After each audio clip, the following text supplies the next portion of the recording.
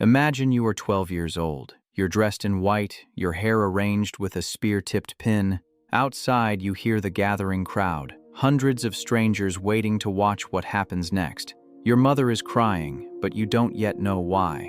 A man you've only seen once last month is walking toward you, and everyone is smiling as if this is normal. In a few hours, you'll understand why your mother was crying.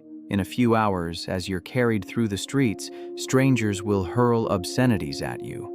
And when you arrive at a house you've never seen before, the worst part of the night will begin in the most public room of the house, where everyone can hear what happens next. This is not fiction. This was a Roman wedding night. And what I'm about to tell you is so disturbing that Rome itself tried to erase it from history.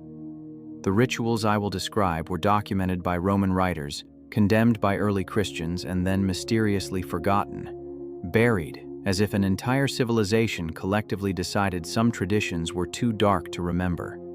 By the end of this video, you'll understand why modern historians call this state-sponsored trauma. You'll learn about the temple of a god that required one final act of submission, and you'll never look at ancient Rome the same way again. But I must warn you, this gets much darker than you expect. Let's start with a fact that should stop you in your tracks. According to Roman law, a girl could be legally married at age 12. Not 16, not 14, exactly 12. The age when most modern children are in 6th grade. But here's what makes it worse. This wasn't rare. It wasn't an exceptional case. Skeletal evidence from Roman cemeteries shows many girls were married and became mothers between ages 12 and 15. A study of tombstone inscriptions from Rome revealed that the average age of first marriage for elite women was around 14. In the lower classes, it could be even younger. Think about that. When we talk about Rome's glory, its engineering marvels, its philosophy and law, we're simultaneously talking about a society that systematically married children to adult men. And the men, the grooms, were typically in their late 20s or early 30s, sometimes older. The age gap wasn't just large, it was designed to be large. This wasn't a bug, it was a feature, because it guaranteed maximum power imbalance. Roman jurists loved to talk about consent, the idea that marriage required the agreement of both parties. They wrote elaborate legal texts about how both sides, both the bride and groom, needed to give approval. Sounds pretty progressive, right? Almost modern even. But let's examine what consent actually meant in practice. Imagine this. You're 13 years old. Your father is the pater familias, the head of the household. Under Roman law, his power over you is nearly absolute.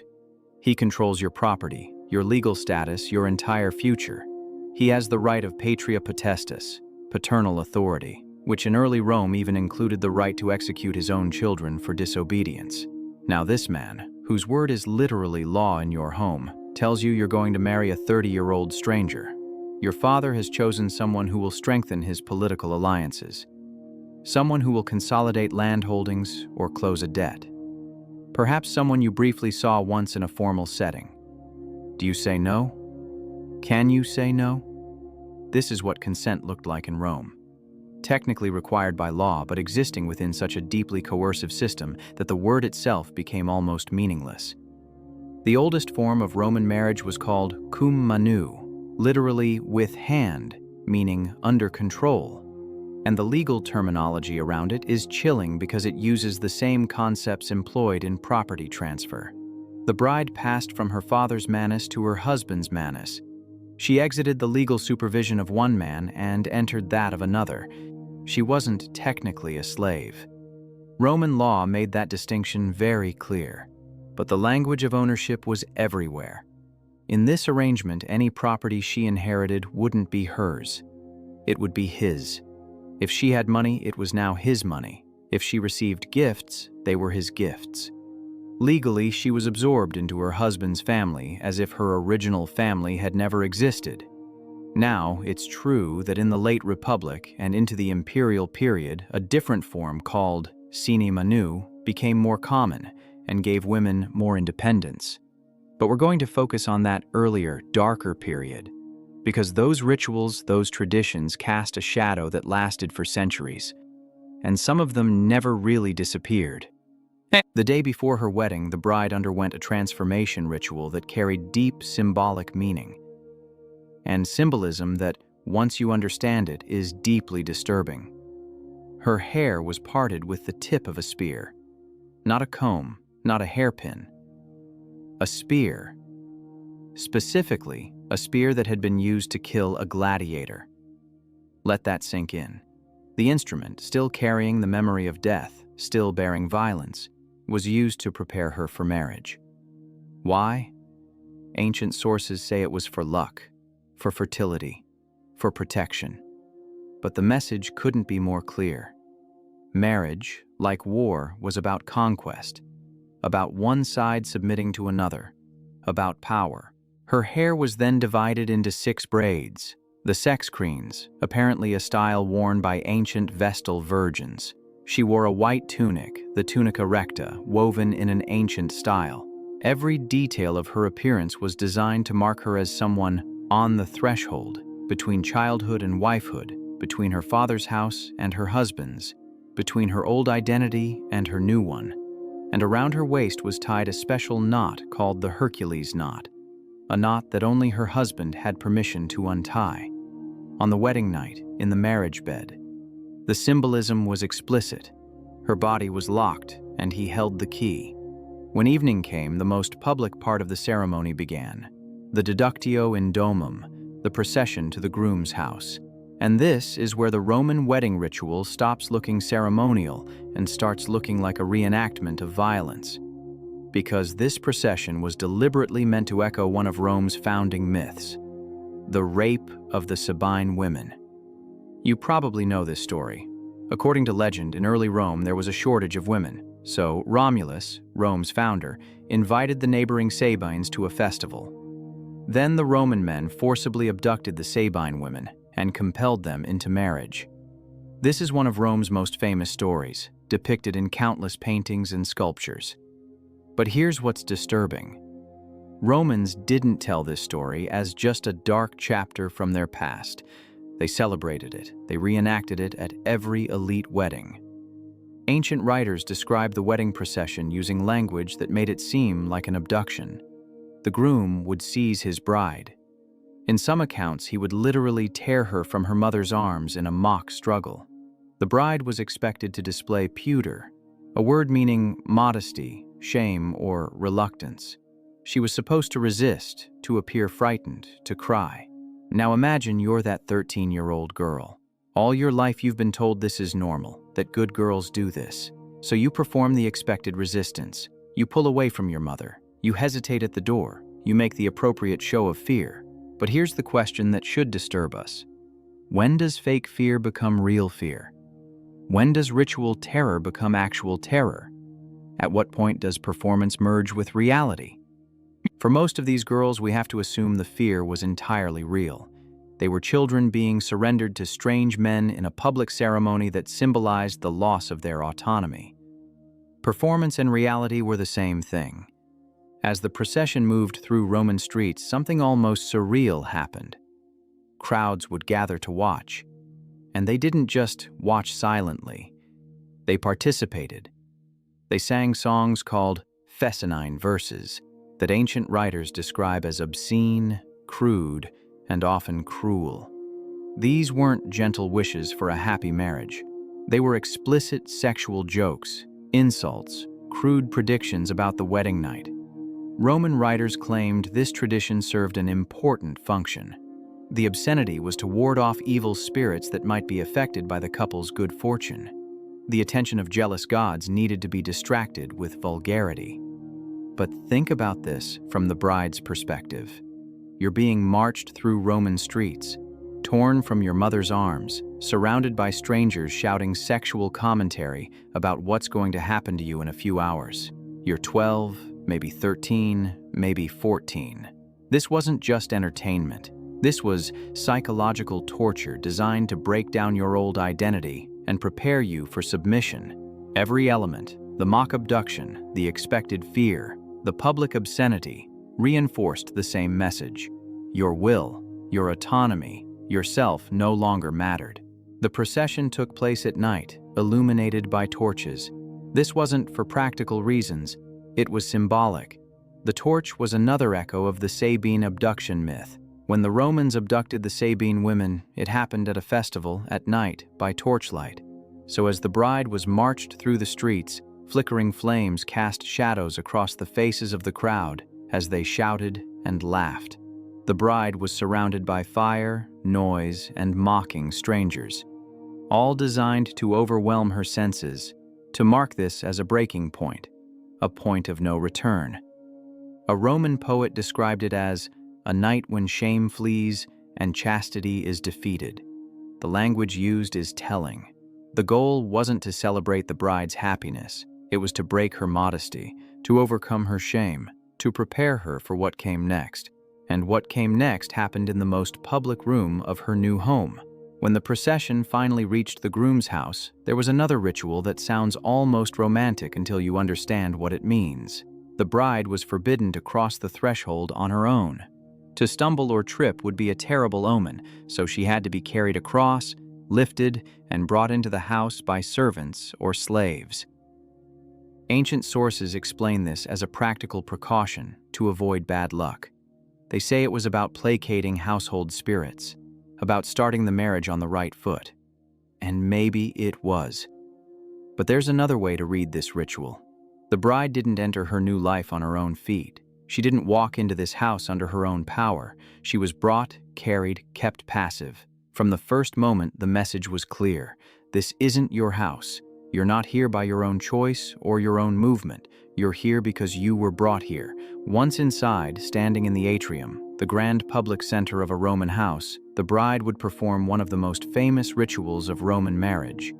She would repeat the words, "Ubi tu Gaius, ego Gaia."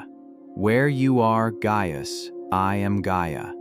Now, neither of them was probably actually named Gaius or Gaia. These were generic names, like saying John and Jane. But what matters is the meaning of the phrase. It didn't say, "I will follow you," or "I will support you," or even, "I will obey you." It was more fundamental than that. It meant, where you are, I am. Your position determines my position. Your identity absorbs mine. Modern scholars debate how widespread this phrase actually was. Some think it may have been an ideal described by writers, not something every bride actually said. But the fact that it was presented as an ideal tells us everything we need to know about what Roman marriage was supposed to be. The bride was declaring that she no longer existed as a separate entity. She was now an extension of her husband. Wherever he was, she was. Whatever he was, she was. This was the death of one identity and the birth of another. But unlike a natural death, this was public, ritualized, and compulsory. Now we need to talk about the space where all of this took place, the atrium. In a Roman house, the atrium wasn't a private space. It was the most public room in the entire house. It was where the family received guests, conducted business, displayed the family's wealth and status, where the household shrine stood with images of ancestors watching everything. And it was where the marriage bed was placed, not in a private bedroom, but in the atrium. This placement was deliberate. The lectus genialis, the marriage bed, was an important piece of furniture, richly decorated, covered in fine fabrics. It was meant to be seen. It was a symbol of the family's fertility, continuity, legitimacy. But in practice, what this meant was, everything that was about to happen would take place in the most public area of the house, surrounded by symbols of family honor and ancestral expectation, in a room where guests had just been celebrating. Privacy, as we understand it, was not available to the Roman bride on her wedding night. We're about to get to the part of the ritual that historians debate, and that early Christians called unspeakably obscene. But first, if you're finding this dive into history's darkest corners as disturbing and fascinating as I am, hit that subscribe button. We go where mainstream history is afraid to go, uncovering the stories ancient civilizations tried to bury. And trust me, what's coming next is exactly what they wanted forgotten. There's a persistent myth about Roman wedding nights that I need to address directly because it's often exaggerated. But the kernel of truth is disturbing enough. The myth is that consummation was an entirely public spectacle, that guests actually watched, that the curtains around the bed were left open, that it was essentially a performance. Modern historians are fairly certain this is an exaggeration. There's no solid evidence that consummation itself was watched by crowds. But, and this is important, the truth is disturbing enough even without that exaggeration. The bed was in the atrium. The bedroom door, if there even was a separate room, was probably left ajar. Servants waited nearby. The pronuba, the matron of honor who was supposed to guide the bride, was usually just outside. So while there probably weren't people actively watching, there also wasn't anything we would recognize as privacy. The bride knew people were nearby. She knew they could hear. She knew what was happening to her was taking place in a space that had been full of guests just hours before. Remember the Hercules knot? The special knot at the bride's waist that marked her as forbidden, locked, not yet claimed. This was the moment it was untied, and only the husband could untie it. Ancient sources present this as a delicate moment, a challenge requiring skill and dexterity. Some writers suggest that if the husband struggled with the knot, it was a sign the marriage would face difficulties. If he untied it smoothly, it meant fertility and prosperity. But strip away the romantic framing and look at what's actually happening.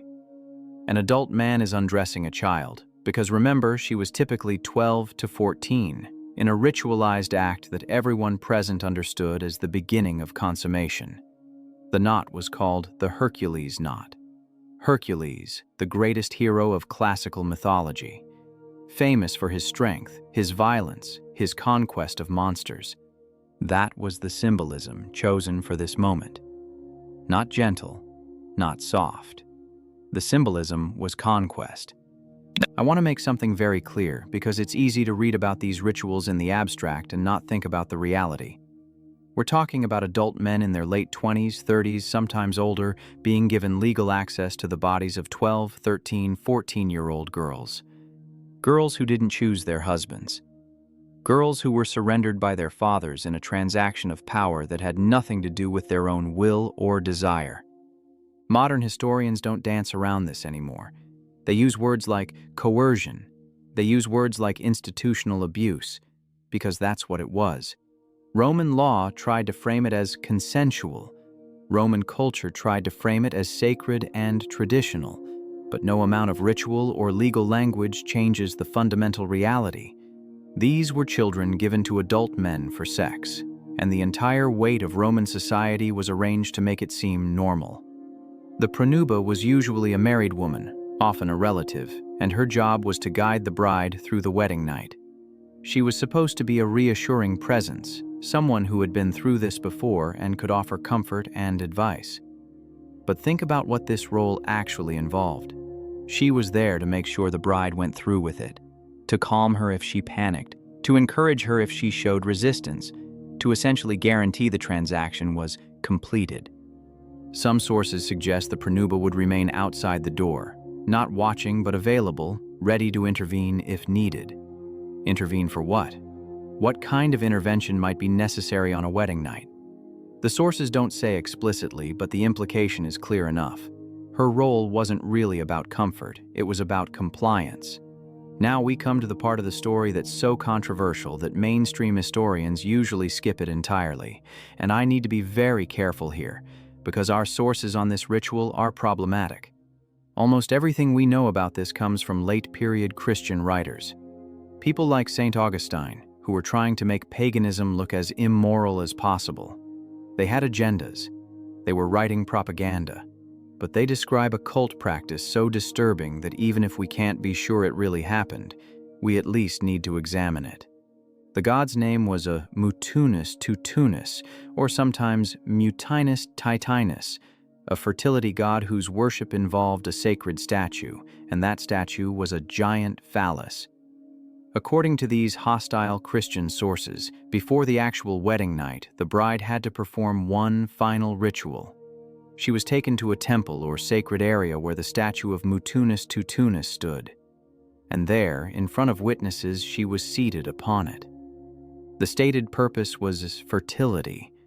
It was supposed to guarantee she could bear children. It was framed as a blessing, a sacred rite that connected her to the god's power. But let's call this what it is. If this practice really existed, and that's a big if, it was institutional sexual violation disguised as religious ceremony. Now here's the problem. We need to be extremely skeptical of these accounts. Why? Because they only appear in Christian sources trying to demonize pagan practices. Not a single pagan Roman writer describes this ritual, not one. It's highly likely this is wild exaggeration, or complete fabrication, or a misunderstanding of a different, less extreme ritual.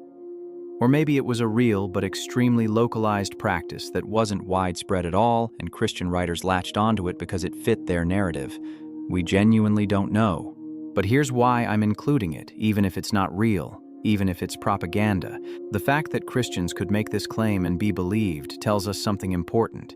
It tells us that Roman wedding traditions were already disturbing enough that this kind of accusation seemed plausible, that people could hear this story and think, yeah, that tracks with everything I know about how Rome treated brides. Whether or not the mutunus tutunus ritual was real, we know for certain that Roman wedding ceremonies were full of acts designed to humiliate and break down the bride's autonomy. The mock abduction, the obscene songs, the public placement of the bed, the attendants waiting nearby. The entire ritual structure was about submission, and fertility rituals in Rome were often disturbingly physical.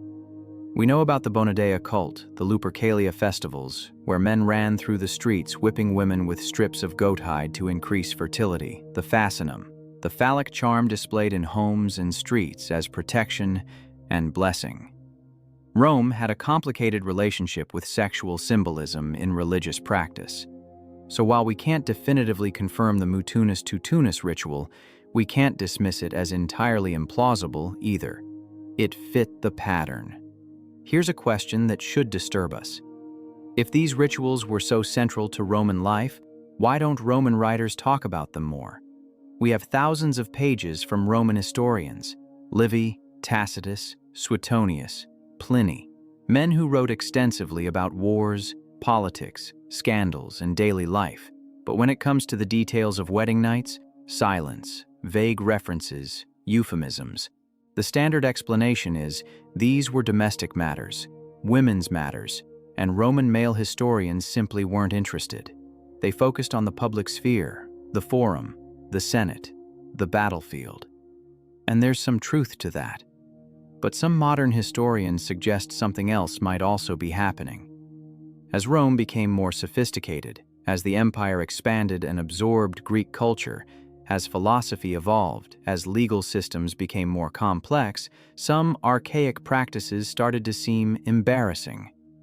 Romans loved to present themselves as civilized, as the pinnacle of human achievement, as the people bringing law and order to a chaotic world. But they were still reenacting ritual abductions, still marrying 12-year-olds to 30-year-olds, still conducting wedding nights that looked less like romantic celebration and more like institutional trauma. Some historians argue that in the late Republic and early Empire, educated Romans started trying to distance themselves from these practices. They kept the rituals because tradition was sacred, but they stopped talking about them because they were starting to realize how they looked.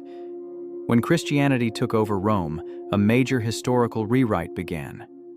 Early Christians were deeply uncomfortable with pagan sexuality, especially rituals that seemed to involve coercion or public display. So they did two things. First, they condemned these practices in the strongest possible terms, sometimes exaggerating to make paganism look worse. Second, they worked to replace them with Christian marriage ceremonies that emphasized different values. Over time, the old rituals faded. New ones took their place, and the memory of what Roman wedding nights actually involved became hazy, then vague, then almost mythological. By the medieval period, when European culture looked to Rome as its cultural ancestor, there was strong incentive to remember the good parts, the law, the engineering, the philosophy, and forget the disturbing parts. You might wonder why you should spend 28 minutes learning about wedding rituals from 2,000 years ago. Who cares? It's ancient history, but here's why it matters. Because we're taught to revere Rome. It's the foundation of Western civilization. Our legal systems, our government structures, our architecture, and all built on Rome. When people talk about traditional values or the classical world, they mean Rome. And if we're going to claim Rome as our cultural ancestor, we need to be honest about what that lineage includes. Not just the Colosseum and aqueducts, but also the systematic control of female bodies. Not just philosophy and law, but also state-sponsored wedding night trauma. History isn't just about celebrating achievements. It's about understanding systems of power and how they perpetuate themselves. And Rome's wedding rituals were a masterclass in social control. How do you take a person with autonomy and will and systematically break them down until compliance seems natural? Next time you see a romanticized picture of ancient Rome, marble statues, flowing togas, noble senators debating philosophy, remember what was happening in the homes. Remember the 12-year-olds dressed with spear tips. Remember the crowds shouting obscenities while brides were mocked in the streets. Remember the marriage beds placed in public rooms where privacy was impossible. Remember that power isn't only expressed through laws and armies. Sometimes the most absolute power is exercised in the most intimate moments, disguised as tradition, blessed by religion, and then conveniently forgotten when it becomes too embarrassing. The Romans tried to erase this from history. Early Christians tried to rewrite it. Modern culture tries to ignore it, but the evidence is still there if you know where to look. And now you know where to look. If this dive into history's darkest corners changed how you see the ancient world, hit that like button and subscribe. We're not here to make the past look noble. We're here to show you what it really was. And trust me, there are many more stories that civilizations tried to bury.